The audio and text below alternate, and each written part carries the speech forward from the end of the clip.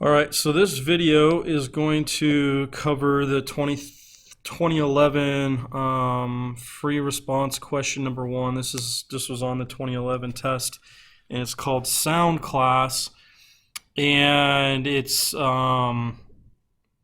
basically just an array problem, just a single array. Okay, so let's go through this and try to figure out what's going on. It says digital sounds can be represented as an array of integer values. For this question, you will write two unrelated methods of the sound class. So there's the sound class. It's got an array called samples. Okay. Let's see here, limit amplitude. It changes those values in this sound that have an amplitude greater than limit. Values greater than limit are changed to limit, and values less than negative limit are changed to negative limit. Okay, so a limit is passed in, so we'll see here in a second. The next one, trim silence from beginning. It removes all silence from the beginning of the sound. Silence is represented by a value of 0. All right, cool. So let's go through. There's better examples when you get down into like part A and B. All right, so I think I'm going to write this in just a notepad file. That's easiest. I don't want to type this into Java. So anyway, it says the volume of a sound depends on the amplitude for each value in the sound. The amplitude of a value is its absolute value. For example, the amplitude of negative 2300 is 2300, and the amplitude of 4000 is 4000. Write the method limit amplitude that will change any value that has an amplitude greater than a given limit. Values that are greater than limit are replaced with limit, and values that are less than limit are replaced with negative limit. The negative limit are replaced with negative limit. The method returns the total number of values that were changed in the array. For example, assume that the array samples has been, okay, so they give you a sample here where limit amplitude 2000, and we're looking for the number of changes. So this will return the number of changes that it's going to change this up. So if you have your array and it's these values, all right, and the limit's 2000, this is what will return. This is what the array will turn into. 42,000. The limit is 2000, so 2532 is too large, so it changes to 2000. Negative 2300 is too small, so it changes to negative 2000. All right, so the values, all right, cool. So that's, so we got, let me copy this. Control C, I'll put this in here. Control V. All right, so first thing we know we want to do is, let me make this font a little bit larger. 14 is probably large. Okay, so we have limit, we have samples, and we want to be able to go through it. So we need a loop through samples. I is going to be what? Less than samples.length. Oops, why did I have O there? I is less than samples.length. I plus plus.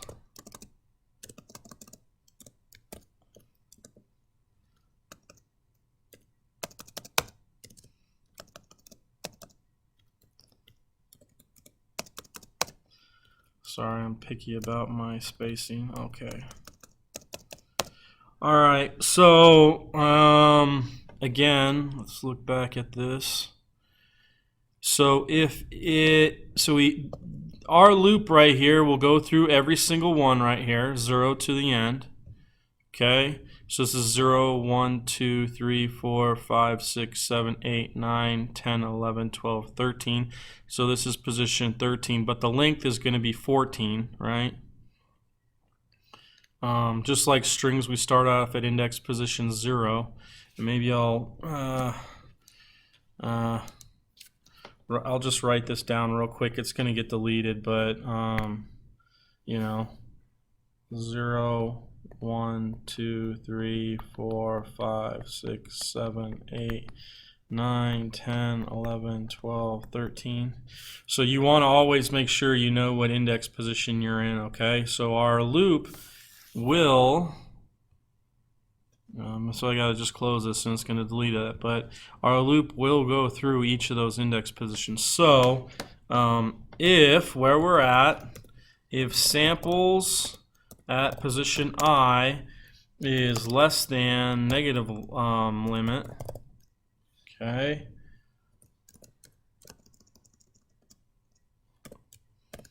then what is samples equals? Negative 2,000?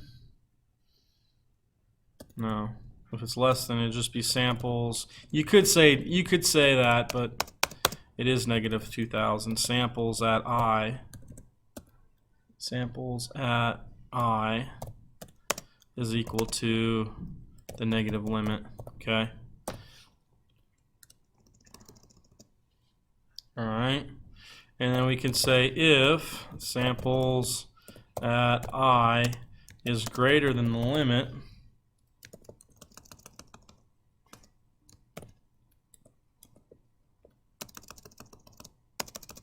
samples is equal to the limit. Now, I'm missing something here because we need to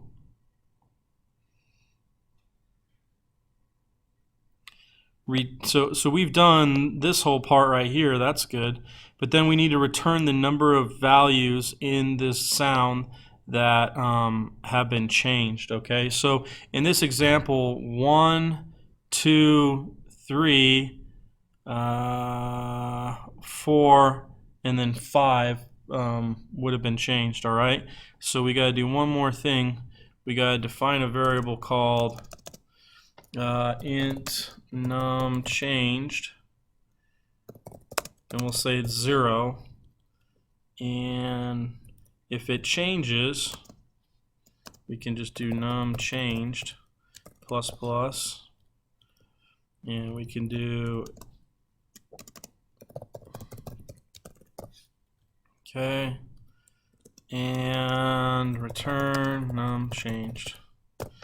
Okay, so that returns it, and let me just check this over. I think this would work properly. I mean, I don't have NetBeans open and plugged it in to test it, but it looks pretty good in my mind. So I think this one's good, okay?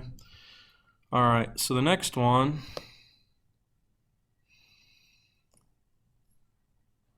all right, record sound often begins with silence. Silence in a sound is represented by a 0. So it looks like this values array starts off with sound or no sound at position 0, 1, 2, and 3, and then the sound starts.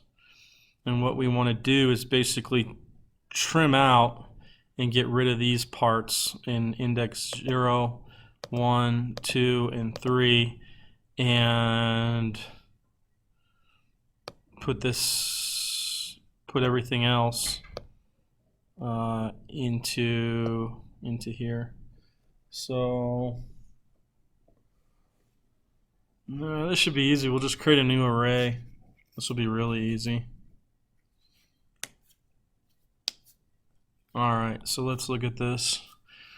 Write the method trim silence from beginning that removes the silence from the beginning of the sound. To remove starting silence, a new array of values is created that contains the same values as the original sample array in the same order but without the leading zeros. The instance variable samples is updated to refer to the new array. For example, suppose the instance variable samples refers to the following array. So we create a new one, but then we have to assign the new one back into samples. Okay, so let's think here. What do we know?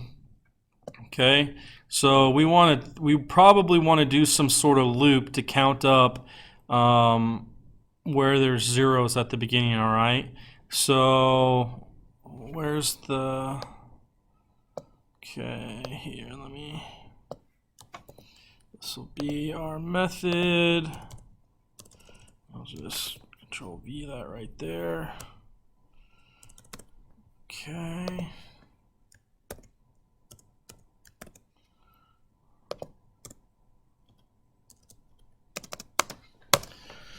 All right, so probably want to, let's do an int I equals 0. And we could say while samples at position I is equal to, while it's equal to 0, we want to count up I plus plus, right? So let's think about this. Okay, so right here, I is 0, so in here I would be added up 1, I is 0, so it'd be added up 2, 3, and then 4, but then I would be not equal to 0, so then we wouldn't count it up and we would be done. But I would get to 4, so I is 4 right here. 1, 2, 3, 4. Okay, that's pretty easy. And then we need to create a new array, and we'll just call it new samples, and that will be equal to a new int where we have samples, our original samples dot length minus I. Okay, so our original sample length is what? 14, 15, 1, 2, 3, 4, 5, 6, 7, 8, 10, 11, 12, 13, 14, 15, it's 16. The length is 16, so we subtract that 4, and now we have a new one with 1, 2, 3, 4, 5, 6, 7, 8, 9, 10, 11, 12. Just down here, it's 12. Okay. Now the length is always one more than the index. We learned this from strings, so you got to make sure you memorize that. But we start index value is at 0 and go to the end. So the last is 11 here in this case. So that's fine. So that will create us a new sample size with length 12, right? Because this was 4 and then 16 minus, okay, 4 is 12. So now all we do is just say 4, and we could do a different int. Let's do int x equals 0. X is going to be less than the new sample size, length, x plus plus. And we'll just say new samples is equal to, new samples at x is equal to, now let's kind of think about how we would do this. This is position 4, right? And now we want to be at position, position 0. So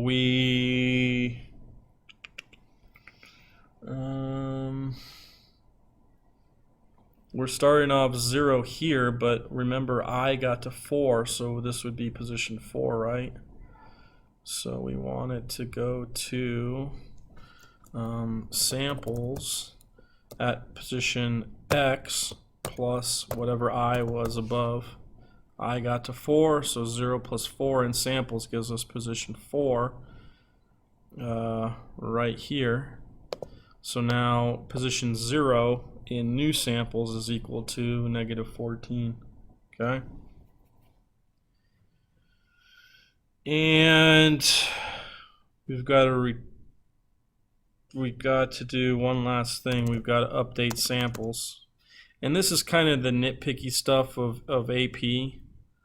Alright.